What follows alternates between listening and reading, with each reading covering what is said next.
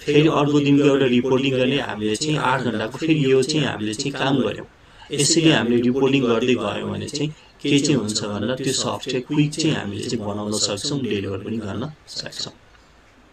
है स्पोन्सर हुन सक्छ, डेभलपर हुन सक्छ, कन्स्टेन्ट पेसमा चाहिँ जानुपर्छ।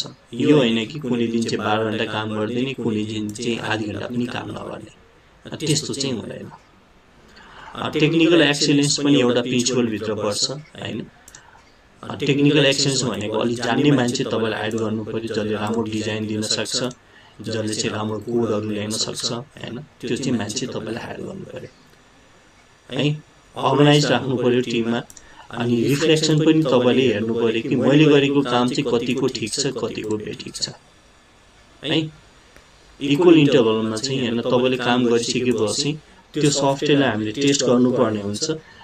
टेस्ट गर्दाखेरि चाहिँ तपाईले